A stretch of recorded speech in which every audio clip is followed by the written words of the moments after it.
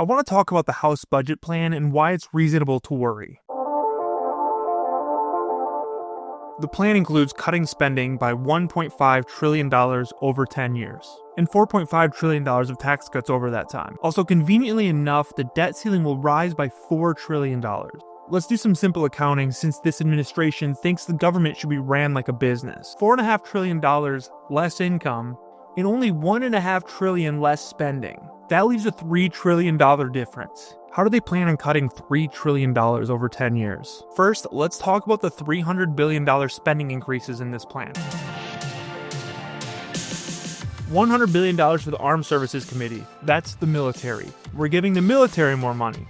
$90 billion for the Homeland Security Committee, the border, and $110 billion in spending to the Judiciary Committee. This one I don't really have a problem with. It's money for the courts, whatever. Now, where are they going to find the $3 trillion?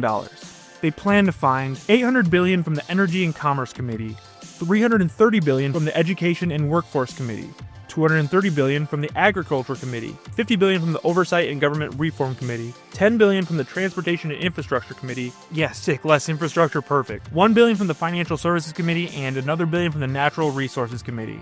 Fun. The main focus of this video is going to be the $800 to $80 billion cut from the Energy and Commerce Committee. This committee is responsible for so much more than I anticipated when I started this research. Here's the whole list, but some important ones are environmental protections, clean water, toxic waste, nuclear facilities, customer protection, and most importantly, public health insurance, Medicare and Medicaid. While the text itself doesn't mention cuts to Medicare or Medicaid, and when asked, Republican Speaker Mike Johnson claims there will be no cuts to benefits. Social Security, Medicare, Medicaid, we're not talking about in any way reducing benefits. They say they will be targeting fraud, abuse, and waste. Fraud, abuse, and waste are all subjective terms. It's intentionally vague, so when cuts are made, they can claim it's in the name of efficiency. And I'm really starting to get concerned with the amount of people that take politicians at their word. Especially Mike fucking Johnson. There's already a task force to target abuse and fraud. The Medicare Fraud Strike Force. And they've done a pretty decent job. Between 2007 and 2022, they've had 3,400 indictments and received $4.7 billion. If they were serious about abuse and fraud, they wouldn't be targeting individuals. They would be targeting people like Rick Scott, a current senator that represents the state of Florida, who famously had the record for the biggest Medicare fraud case in history at the time. And his company HCA had to pay $1.7 billion in fines.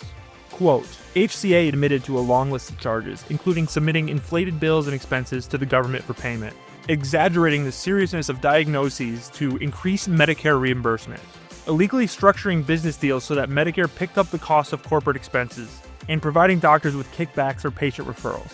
Another fun tidbit is when he stepped down from CEO, he received a $10 million severance.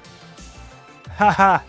Or how about Philip Esform, who created a system of doctors to refer patients to his assisted living facilities and nursing homes, who would then receive kickbacks for these referrals. And most of these patients wouldn't qualify for Medicare or Medicaid help. They would then overcharge Medicare and Medicaid for unnecessary procedures. And one of these monsters would give prescription narcotics to opioid addicts to encourage them to stay at their facilities. And another fun fact, Philip Esform's 20-year sentence was commuted by Trump in 2020.